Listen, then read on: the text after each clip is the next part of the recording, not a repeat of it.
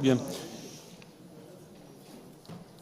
Comme annoncé dans le débat d'orientation budgétaire, ce budget prévisionnel 2019 prévoit une amélioration significative de la situation financière et budgétaire de notre région.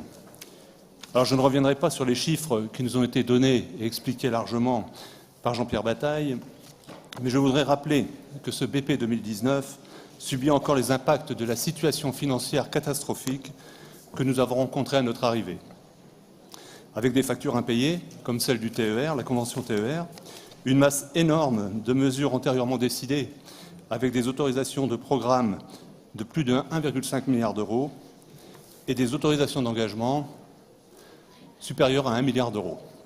Sans oublier, bien sûr, l'endettement qui nous classait dernière des régions de France métropolitaine. Le plan de redressement décidé et mis en application dès notre arrivée nous a permis de réaliser 100 millions d'euros d'économies en fonctionnement en 2017 et 88 millions supplémentaires en 2018. Pour ce BP 2019, nos dépenses de fonctionnement hors transfert de compétences s'inscrivent dans une baisse, certes limitée, mais réelle de 0,5%. Dans ce contexte de restrictions budgétaires, notre région a su faire des efforts justes et utiles sur son train de vie, et cela sans en faire payer la charge aux habitants des Hauts-de-France. Conjointement, notre capacité dynamique de désendettement, qui frôlait le seuil d'alerte des 10 années dès notre arrivée, s'est nettement améliorée, avec un niveau qui sera inférieur à 9 années en 2021, conformément au contrat que nous avons signé avec l'État. Consécutivement, notre niveau d'épargne brute devrait atteindre un niveau exceptionnel en 2018, avec près de 380 millions d'euros. L'inscription de ce niveau d'épargne en 2019 devrait demeurer bonne, autour de 320 millions d'euros. Et cela, bien au-delà de notre engagement de maintenir une épargne brute supérieure à 250 millions d'euros. Notre horizon s'est donc éclairci, avec notamment l'épuration des mesures antérieurement décidées. La situation financière et budgétaire de la région est désormais saine. La deuxième partie du mandat qui s'engage en 2019 doit inscrire cette trajectoire dans la soutenabilité. Cependant, il nous faut rester prudents et garder raison, ne serait-ce que face au contexte national de mobilisation que nous rencontrons depuis plusieurs semaines et qui a des impacts considérables. Le ministre de l'Économie et des Finances a estimé que les événements devraient impacter la croissance à la baisse à hauteur de 0,1 point pour ce quatrième trimestre 2018. Nous ne sommes pas épargnés par ces conséquences. Vous le savez, notre région tire une partie de ses recettes issues des parts de TVA et de CVAE qui lui sont attribuées, parts qui seront mécaniquement affectées à la baisse en cas de recul de la croissance économique. Alors, avec des perspectives de croissance revues à la baisse et un contexte international incertain, les données macroéconomiques sont telles que la croissance économique pourrait être en berne en 2019. Nous ne devons pas oublier également que plane déjà depuis plusieurs années la menace d'un relèvement des taux d'intérêt. Le coût de financement de notre dette pourrait s'en trouver fortement renchéri. C'est pour cela que l'exécutif a engagé, avec l'appui des services, un travail remarquable sur la gestion active de notre dette.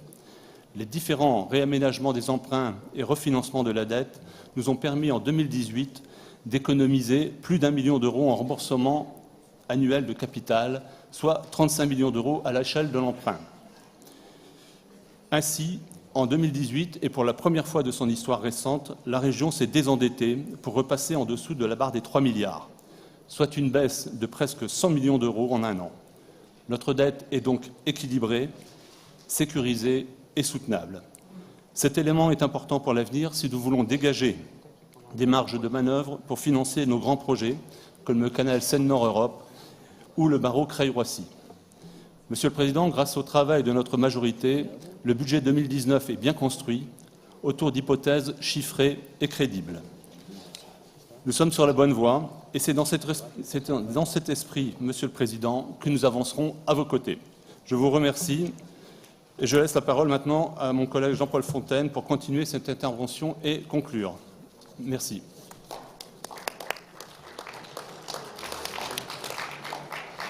Monsieur le Président, chers collègues, l'actualité nous démontre quotidiennement que les citoyens sont face à un vrai ras-le-bol fiscal.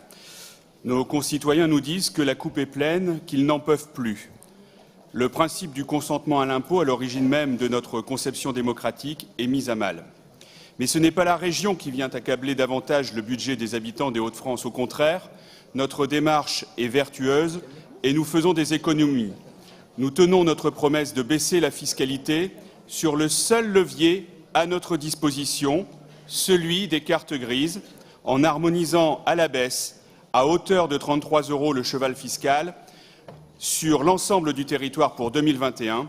Nous consentons à une perte de recettes de 5,8 millions d'euros. Cela après avoir déjà renoncé à 8 millions d'euros en 2018. En 2019, se faire délivrer son permis dans les Hauts-de-France restera gratuit. Tout cela, ce n'est pas du symbolique, c'est du concret. Le groupe UDI Union centriste se félicite que notre Assemblée puisse débattre et statuer au cours de cette plénière sur le maintien des tarifs TER au 1er janvier 2019. C'est une décision courageuse, difficile pour les finances régionales, mais nécessaire dans l'attente d'un nouveau pacte fiscal avec les Français. 2019 sera d'ailleurs une année particulière pour le service public ferroviaire, avec la signature et la mise en œuvre de la nouvelle convention TER. Nous serons particulièrement attentifs quant aux potentialités de ce nouveau contrat. L'atmosphère qui règne dans le pays est telle qu'il est désormais inenvisageable de continuer à lever l'impôt, d'augmenter les prélèvements ou de créer de nouvelles taxes pour financer nos investissements, y compris pour nos infrastructures de grande envergure. Il n'est pas concevable que l'État gage sa participation au projet par le biais de taxes inédites. C'est grâce à notre gestion rigoureuse et au plan d'économie sur les dépenses de fonctionnement que nous avons porté devant les citoyens et les électeurs, que nous serons à même de continuer à dégager des marges de manœuvre pour financer les grands projets. Nos efforts doivent être maintenus. Notre taux d'épargne net, mesurant notre capacité à financer l'investissement, doit encore progresser. Le redressement régional ne pourra se faire au détriment de notre ambitieux programme d'investissement, fer de lance de l'action régionale. Les investissements d'aujourd'hui sont les emplois de demain. C'est notre conviction, c'est notre vision centriste. En 2019, les inscriptions budgétaires en investissement sont en hausse. Nous pourrons investir jusqu'à 739 millions d'euros, alors que nos différentes hypothèses prévoyaient jusqu'alors un montant maximal de 690 millions. Cet engagement supplémentaire en faveur de l'investissement se traduit donc par une hausse des sommes engagées de presque 25 millions d'euros par rapport au BP 2018.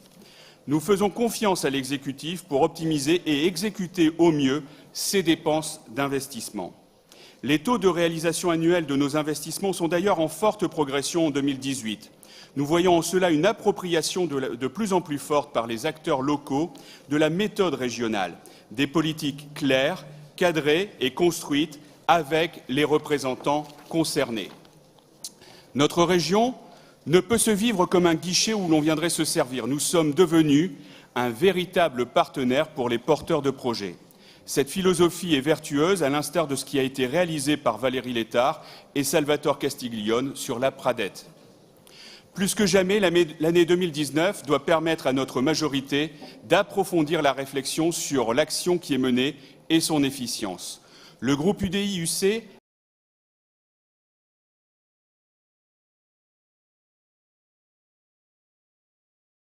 à mi-mandat, nous pouvons ainsi nous féliciter que les objectifs en matière culturelle aient été atteints. Cependant, il nous faut rester ambitieux en gardant bien à l'esprit l'obligation d'assurer le bon fonctionnement des établissements dépendant de la région et en priorisant encore les compétences socles et exclusives de notre collectivité. Les transports d'abord, où le service rendu aux usagers TER doit continuer à s'améliorer pour honorer le triple A, à l'heure, assis, averti. Les lycées ensuite, où notre programme pluriannuel d'investissement doit porter ses fruits et assurer le meilleur accueil possible aux élèves et personnels des établissements. La formation professionnelle, où les contrats de branche doivent nous permettre d'améliorer et de mettre en relation l'offre et la demande. Le développement économique et remettre notre région au travail doit à lui seul rester notre priorité. Tout cela ne sera possible qu'en suivant un aménagement du territoire qui garantisse les équilibres régionaux et qui reste solide dans sa capacité à accompagner les porteurs de projets. En cette période de contestation de l'impôt, le lien entre collectivités, contribuables et citoyens doit rester fort et durable. Alors que les recettes se tarissent et les financements se raréfient, les services rendus à la population doivent rester exemplaires.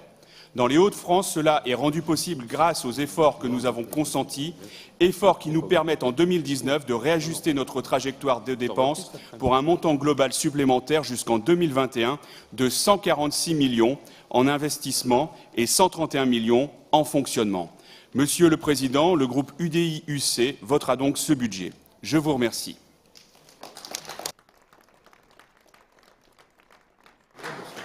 Monsieur Emery.